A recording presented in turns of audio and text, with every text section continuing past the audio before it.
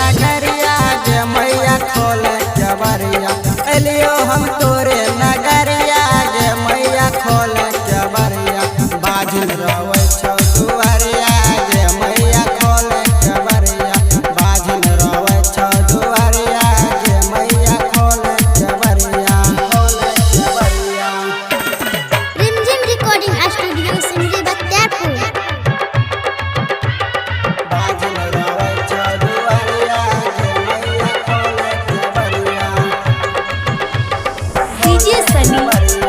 DJ सनी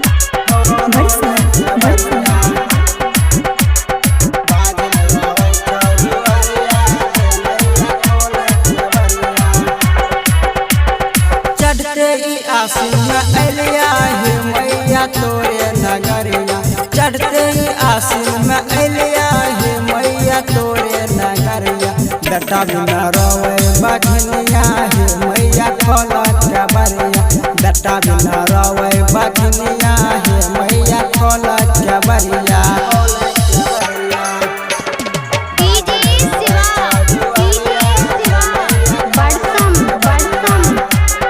रिमझिम recording studio Simri Bakhtiyarpur. गोतनी गाँव के पड़ोसी हे मैया कहे गईली गोतनी गाँव के पड़ोसी हे मैया कहे गईली बेटा बिना रोवे बजनिया हे मैया खोला केवरिया बेटा बिना रोवे बजनिया हे मैया खोला केवरिया रिमझिम रिकॉर्डिंग स्टूडियो सिमरी बख्तियारपुर। बाजिल रवे छौ दुआरिया गे मैया खोला केवरिया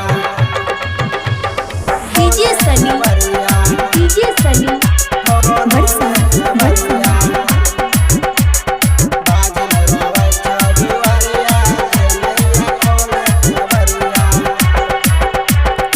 अशोक नीतीश अला नगरिया हे मैया छुएल चरनिया अशोक नीतीश अला नगरिया हे मैया छुएल चरनिया बेटा बिना रोवे बजनिया